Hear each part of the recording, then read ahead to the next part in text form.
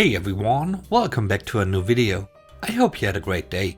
Let's take a look at some new malicious compliance stories, shall we? But first, thank you for subscribing to the channel and for hitting the like button. And if you haven't already, why don't you make this the video that you subscribe to the channel?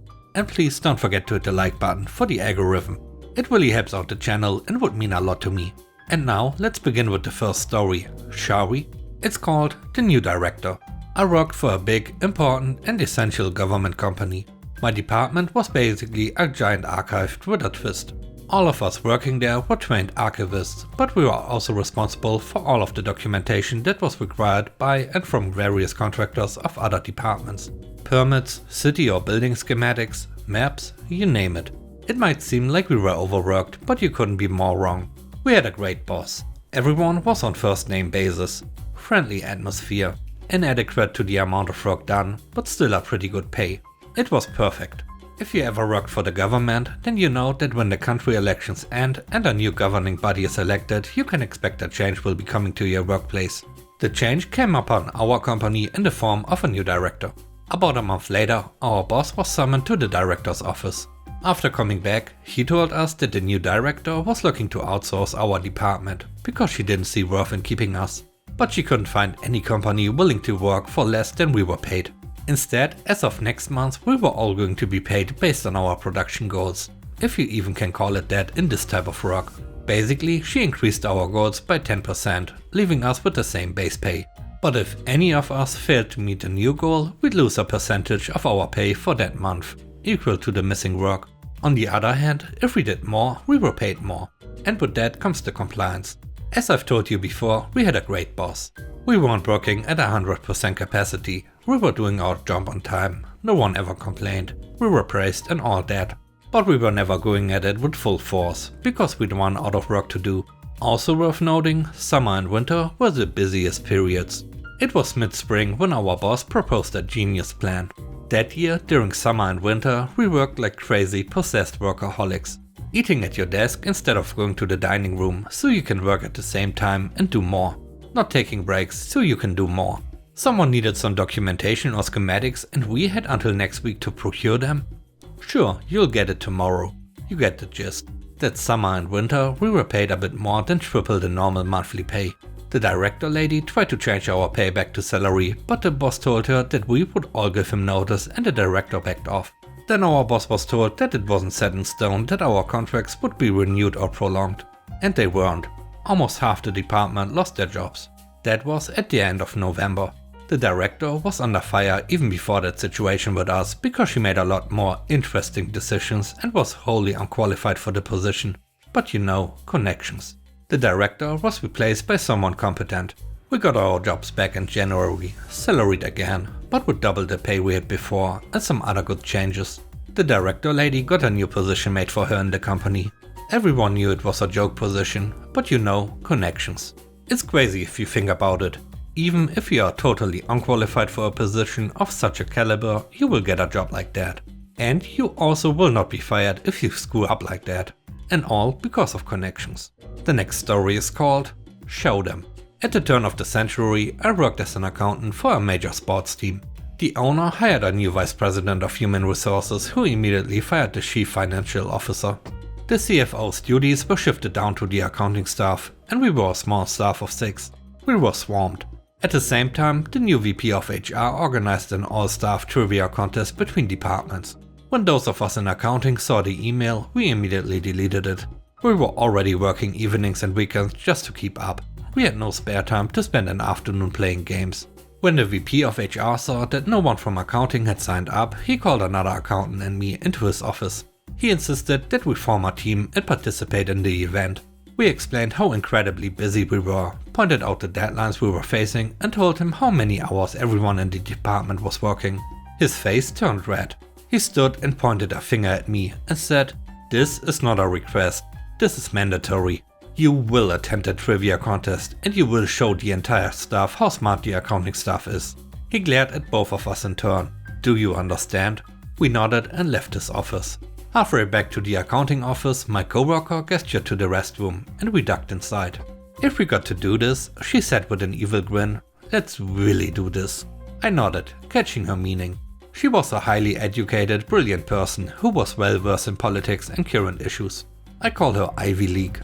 My talent is a bizarre memory for odd and normally unuseful factoids.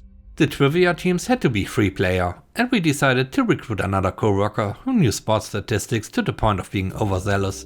I call him Sportstar, and he was the perfect fit because we knew they'd have a lot of sports trivia in the game. We pulled him aside and went over our plan with him. We would show them how smart the accounting staff was, and we would do it as fast as possible so we could go back to the piles of rock waiting for us. He was all in. On the day of the trivia game, our staff met in a bar in the empty arena. Ironically, the VP of HR was called away on an HR emergency, so he didn't show up at all. There was an open bar, appetizers, and a few of the sports team's players and broadcasters attended. The other trivia teams represented ticketing, guest services, operation, security, marketing, broadcasting, IT, the foundation, etc. I would estimate nearly 200 people were there. They were all drinking liquor and filling up on the bar food. The three of us from accounting drank caffeinated soda and stayed sharp. And we dominated. The game was structured so two teams would play each other while the rest of the staff watched. When a team lost during a round, they were immediately out of the competition. It started as a fun event, with laughter and teasing between departments. During the first round, our team easily and fiercely trounced the competition. The three of us stayed deadly serious and focused throughout the game. Ivy League was superb at answering the classical knowledge and politics questions. Sportstar covered the world of athletics, and I was able to pull up anything they couldn't get. As our team quickly routed our opponents and moved up in the tiers, the laughter died away and the fun atmosphere disappeared from the bar. We won the competition, were each awarded a small plastic trophy, and we left immediately, going back to the piles of rock awaiting us at our cubicles. That evening I worked quite late, quietly plugging away. Our middle manager accountant was in his office working and probably didn't realize I was still there. Someone stormed into the area and went right to the middle manager's office. What the hell happened at the trivia thing? It was the VP of HR. The middle manager talked about how we were so intent on winning and made everyone uncomfortable. I realized I had to make my presence known, so I grabbed my trophy and stood prairie dogging over the cubicles. "Hey, you forgot to tell him," I said. They tried to distract us by bringing in the players and the on-air talent. I laughed and set my trophy on the corner of the cubicle, but we showed them how smart the accounting staff is.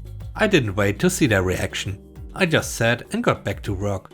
In the 10 years I worked for the organization, there were no more all-staff trivia games played. The last story is called "A New Account in Our Name."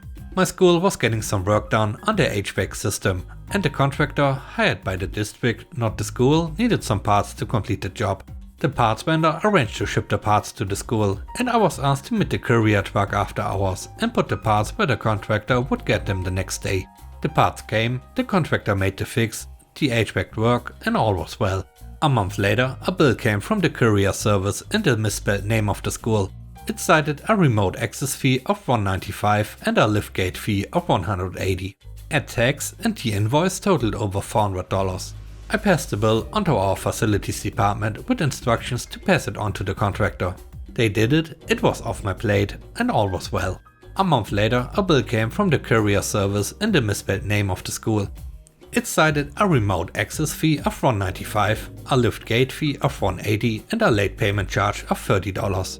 Add tax and the invoice totaled over $430. I passed the bill onto our accounting department, CC'd the facilities department and asked them to deal with it, and all was well. A month later, a bill came from the courier service. This went on for 6 months.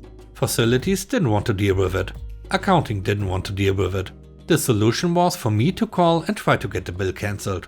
Gritting my teeth, I called their billing department and spent the next 10 minutes arguing with a thoroughly unpleasant collection guy. He explained that due to the difficulty with the delivery location, they opened an account in our name and issued the bill. He grew increasingly belligerent and insisted I pay or he would send it to collection. Despite this being a meaningless threat, I agreed and hung up. I went to my secretary and asked her for a check in the amount of the most recent invoice.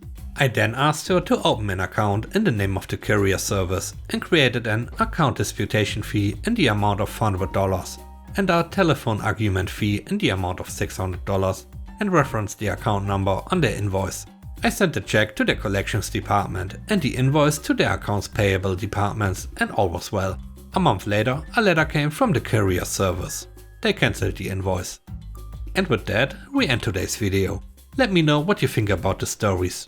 On a scale of 1 to 10, how would you rate the stories and today's video? I hope you enjoyed the video. And I hope you have a great day. Stay safe. Bye bye.